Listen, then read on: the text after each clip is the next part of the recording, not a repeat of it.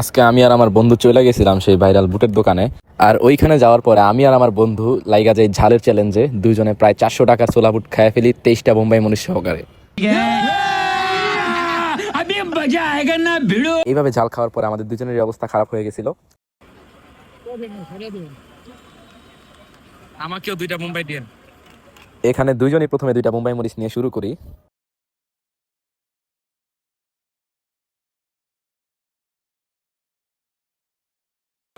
এবার এসে 5টা। এই 5টা নেওয়ার আগে আমরা দুইজনই আরো 3-4টা করে বোম্বাই মরিচ নিয়েছিলাম, ওইটা রেকর্ড করা হয় নাই। গেস হোয়াট, জাল খাওয়ার পরে আমার অবস্থা কেমন হয়।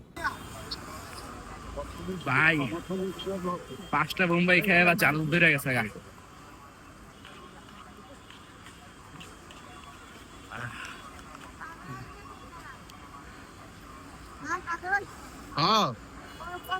হসপিটাল লইতে বেন